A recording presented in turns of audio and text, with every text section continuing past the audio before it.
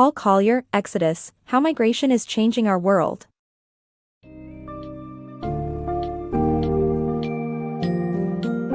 In the book Exodus, How Migration is Changing Our World, by Paul Collier, the complex issue of migration and its impact on both the country of origin and the host country is explored. Migration has become a hot topic in recent years due to globalization and the growing disparities between rich and poor nations. The summary delves into the reasons behind migration, its impact on the host country and the migrants themselves, the influence of diasporas on their countries of origin, and the potential future of migration. Get ready to navigate through the multifaceted world of migration and the factors that drive it.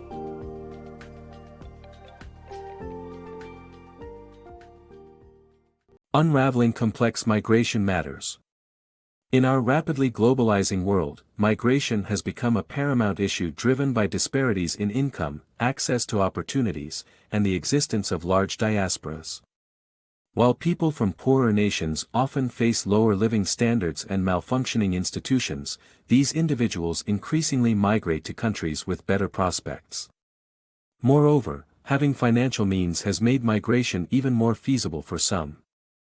Additionally, the presence of large diasporas eases the transition for new migrants, while boosting the number of people attracted to other countries.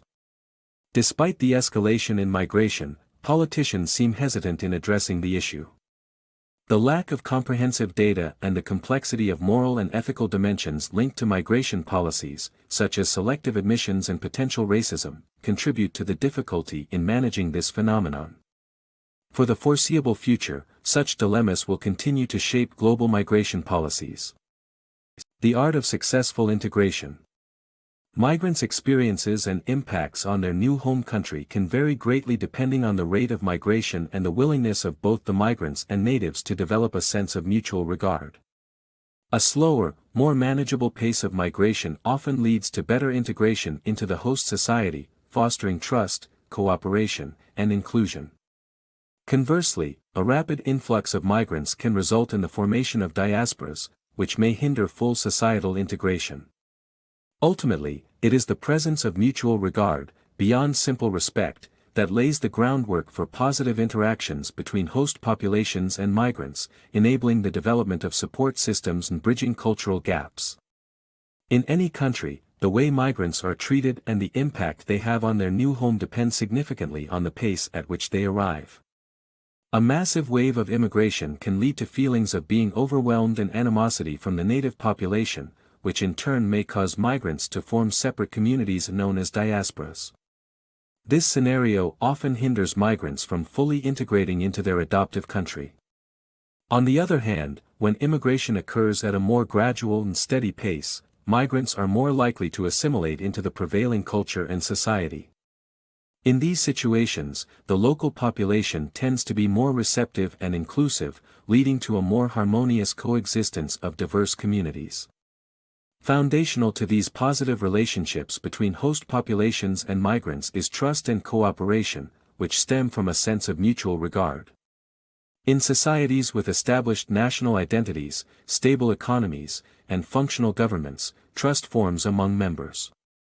This mutual regard goes beyond basic respect, as it involves genuine empathy and a sense of solidarity toward others. Such compassionate connections pave the way for social service programs that empower marginalized and economically disadvantaged members of society. It is through this mutual regard that cooperation can bridge gaps between newcomers and natives, fostering a more inclusive, diverse, and thriving community. Migration's economic impact. The economic impact of migration is a multifaceted debate, with both critics and supporters offering valid arguments. While migration can strain a host country's resources such as housing and social services like the case in Great Britain, research indicates that overall long-term benefits often outweigh the short-term challenges. A 2010 study by F. Collier revealed native workers can profit from skilled immigrant workers who improve productivity and skill levels. Additionally, migrants often bring wealth and education, contributing positively with higher tax rates and better employment opportunities in their adopted country. Migration's personal economic perks. For migrants, the economic advantages gained in their host country are a main driving force. Although migration is an expensive investment, people from poorer countries can tap into their host's stable social and economic system, enabling a higher standard of living and promoting the growth of their ventures without the daunting fear of instability clinging on. Despite migration potentially yielding mixed results for host countries, we must examine the economic benefits for migrants. Migration costs are sky-high, making it an unattainable luxury for many. Imagine depleting years of savings on international travels and resettlement when annual income barely reaches $2,000. But for those who can afford it, the benefits can be profound. Successful migrants leverage their host country's established social and economic structures to achieve an upturn in their lives. In contrast to the poorly operating institutions in their home countries, where worker protections are minimal and an unfair system often governs, rich host countries offer stability. This stable foundation allows migrants to become more productive and less fearful of economic risks, as the system works in their favor. To illustrate, consider a shop owner from a country where constant threats plague their livelihood. Upon relocating to a more stable nation, this business owner can invest further and expand their venture without worrying about losing their hard work to extortionists or oppressors. As a result, they can rapidly improve their standard of living. In summary, migration allows individuals from economically disadvantaged countries to access better social and economic frameworks in their host country. By doing so, they can not only improve their lives but can also grow their businesses, free from constant dread and instability. The Migrant Paradox. Surprisingly, migrants can be both the biggest winners and losers in the quest for improved income and productivity. The fiercest competition is often between immigrants themselves, rather than with the native population. Consequently, it can be in an immigrant's best interest to support anti-immigration policies to protect themselves from further competition. Additionally, the psychological toll of leaving one's home country, including leaving behind friends and family, and adapting to a new culture and language, can outweigh the financial benefits. Some research even suggests that migrants may experience a decrease in happiness after moving to a new country, despite earning a higher income. Migrants seek greater opportunities for financial growth and better lives, but they may face unforeseen challenges and consequences in their journey. The fiercest battles for job opportunities do not necessarily occur between immigrants and natives. Instead, the competition is often fiercest among the migrants themselves. This competition may lead to unexpected rational self-interest, where immigrants support strict immigration laws to curb the influx of competitors. Moreover, the emotional and psychological strains of migration might overshadow any monetary advantages. Migrants often leave loved ones, familiarity, and cultural ties behind to navigate a vastly different society, language, and job market. Maintaining connections with those they left behind adds further pressure, and the stress of assimilation may take a toll on overall happiness. In fact, research points to a potential dip in happiness associated with migration. One study examined the happiness of Tongan migrants who moved to New Zealand and found that, after 4 years, their happiness levels were lower by 0.8 points on a 5-point scale. While the economic benefits of migration might be appealing, it's crucial to consider the significant personal challenges that come with adapting to a new country and the potential emotional costs of leaving one's home behind. Ultimately, higher income might not guarantee increased happiness for many migrants. Diasporas and political change. Diasporas create both opportunities and challenges for political change in their countries of origin. When migrants settle in democratic nations, they obtain newfound freedoms that enable them to pressure political regimes back home without facing repression. However, authoritarian governments may remain indifferent to external influences, focusing on controlling their remaining populations, which consist mostly of the easily influenced and repressed. Migrants educated abroad and returning to their home countries can also introduce positive change, with a significant percentage of leaders in developing nations holding this background. Migrants making a new life in more democratic countries have the chance to effect change in their homelands. With freedoms they lacked back home, they can openly speak against oppressive regimes without fear of retribution. This increased pressure from the diaspora could help to tip the scales towards political reform. However, not all oppressive governments pay heed to external pressures. Often, they maintain tight control over those still living in the country, undermining the potential impact of diasporas. The remaining citizens, frequently less wealthy and educated, are more susceptible to manipulation and subjugation. Remarkably, a sizable proportion of political leaders in developing nations have been educated abroad. This unique perspective gained from international education can be a powerful tool in reshaping politics in their home countries, highlighting another way in which diasporas can influence political landscapes. Brain drain and silver linings.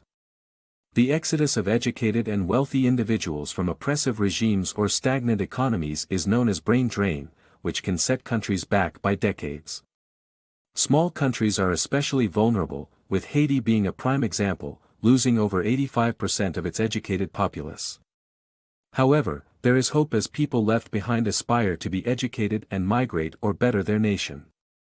Remittances from migrants have grown, totaling $400 billion in 2012, but the actual increase in personal income may be marginal compared to if they had stayed and contributed to their home country.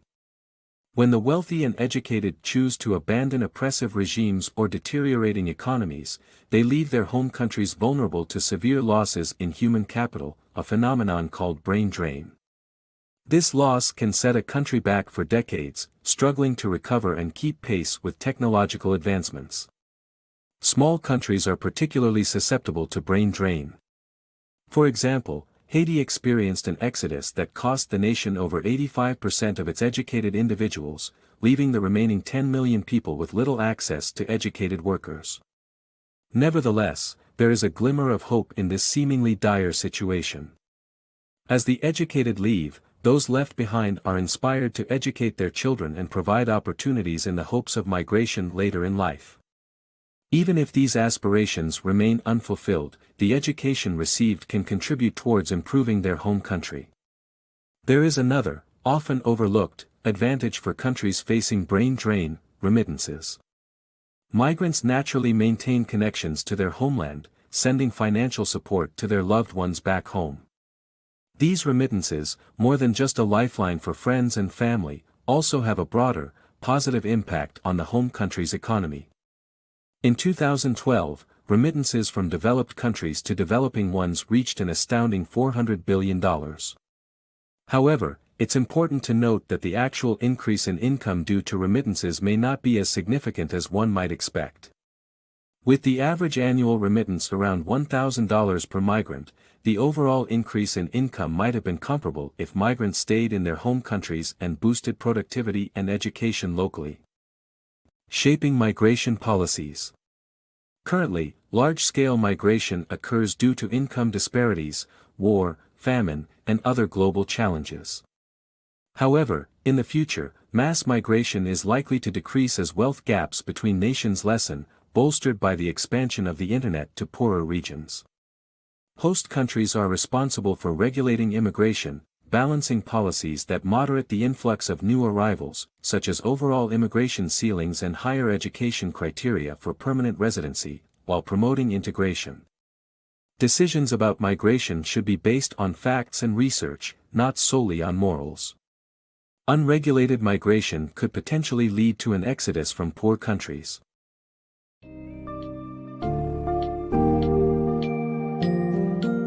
As we've seen in Paul Collier's Exodus, migration is a complex and multifaceted issue with impacts not only on host countries but also on the countries of origin, and the migrants themselves. While there may be short-term issues related to the influx of migrants, the long-term benefits can outweigh them. The future of migration may see a decrease in mass migration as income disparities begin to lessen and technological advancements offer alternatives.